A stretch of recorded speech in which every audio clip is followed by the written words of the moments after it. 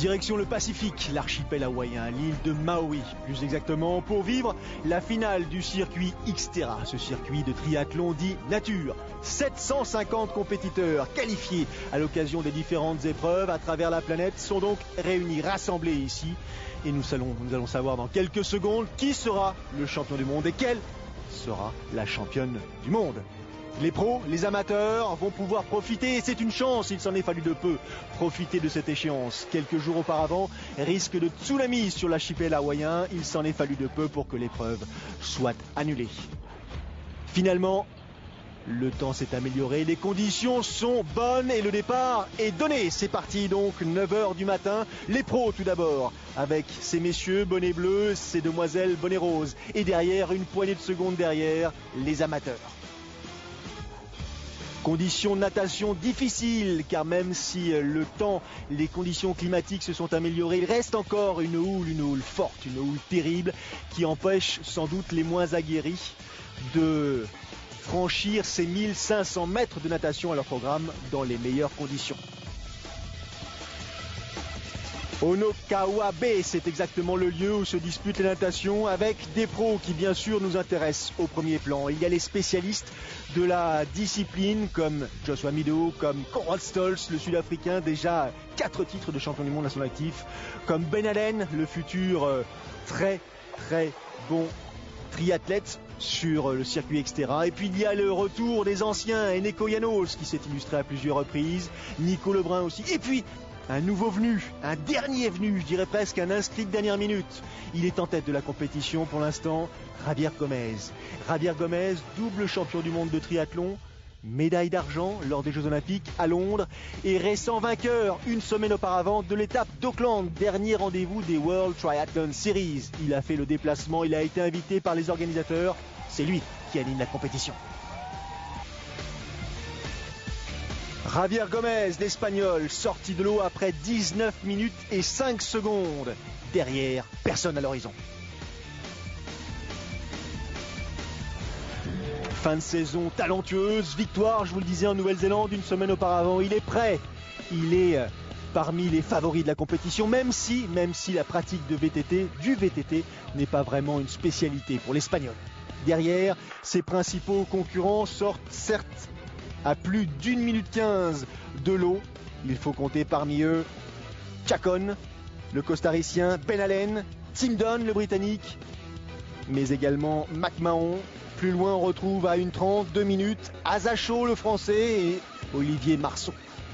Pour ce qui concerne ces dames, c'est Marie Rabi, la sud-africaine, elle aussi adepte du triathlon, qui est sortie la première de l'eau en 21 minutes et 11 secondes. Derrière, Christine Jeffrey, Barbara Riveros, Jackie Schlack, Magali Tisser, Marion Laure-Blanchet qui avait terminé deuxième l'an passé, et puis Leslie Patterson, celle qui s'était imposée en 2011, est à elle plus de 3 minutes de la première. 1500 mètres de natation et derrière au programme 30 km à VTT.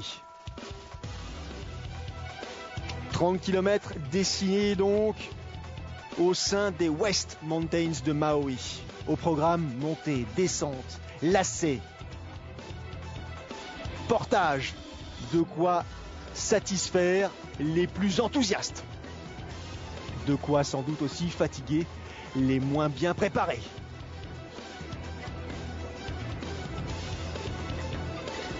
En blanc, sur la gauche de votre écran, Leslie Patterson. Elle est sortie de l'eau donc derrière les favorites. Mais elle, la tenante du titre, récente vainqueur de l'étape américaine de ce circuit Xterra, fait son retour de manière tonitruante.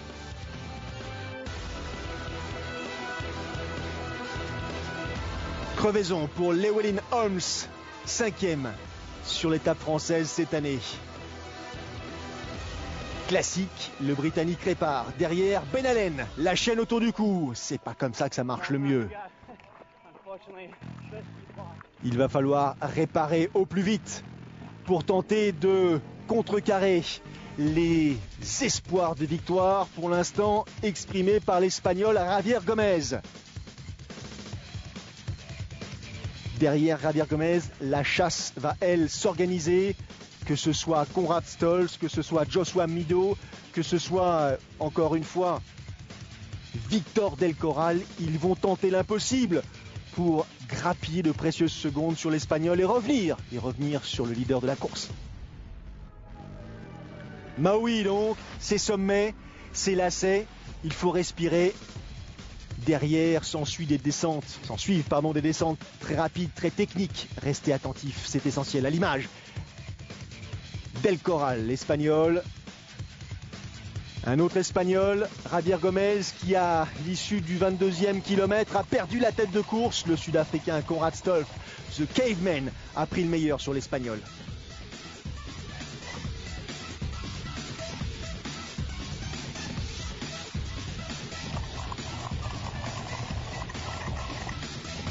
Il faut rester à distance. Pour l'instant, première place pour le Sud-Africain Conrad Stolz. 4 titres de champion du monde à son actif. Deuxième position pour Javier Gomez, à l'image, qui lui aussi a fait le choix d'enfourcher un VTT avec des roues de 29 pouces. Sans doute plus approprié pour ce style de parcours et surtout pour ses phases descendantes.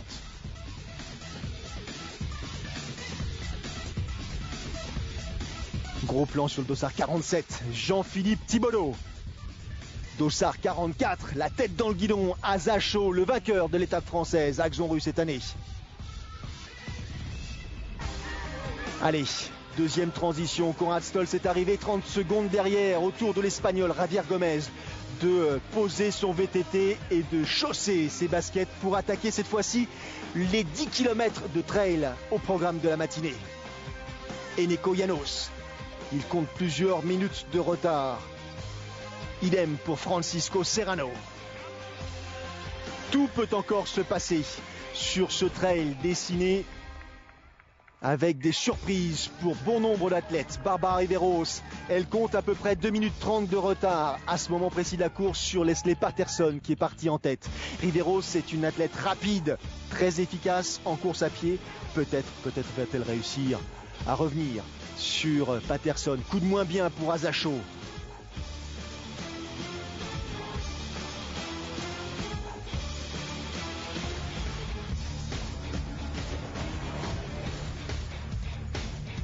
Température élevée et toujours la même aisance pour l'athlète Leslie Patterson.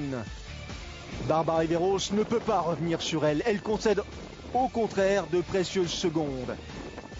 Javier Gomez qui continue son one-man show. Il a repris Conrad Stolz. Stolz maintenant doit essayer de conserver la place sur le podium. C'est pas fait. Le voici Conrad Stolz, dossard 45. Sans doute l'athlète le plus charismatique dans le domaine du circuit Xterra.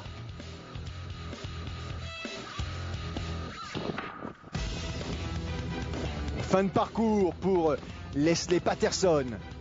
Derrière, s'avance-t-il, c'est compliqué. Dernier kilomètre avant d'atteindre cette fameuse et terrible plage de sable fin qui va terminer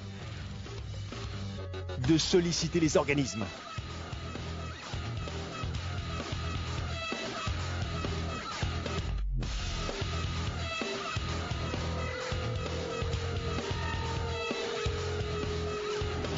Bonne humeur, motivation, sourire, il en faut pour aller au bout de cette épreuve.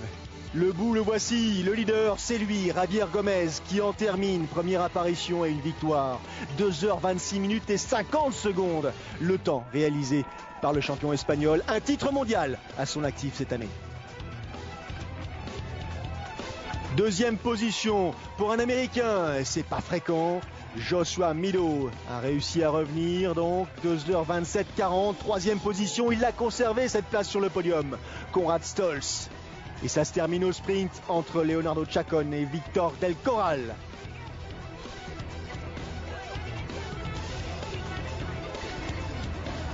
La victoire et le titre conservé. Leslie Patterson, 2h44 minutes et 11 secondes. Deuxième position pour la chilienne Barbara Riveros devant Marie Rabi, que l'on voit ici à l'image, et qui complète donc ce podium féminin. Encore une édition tonitruante avec ses surprises et ses coups de moins bien à l'arrivée.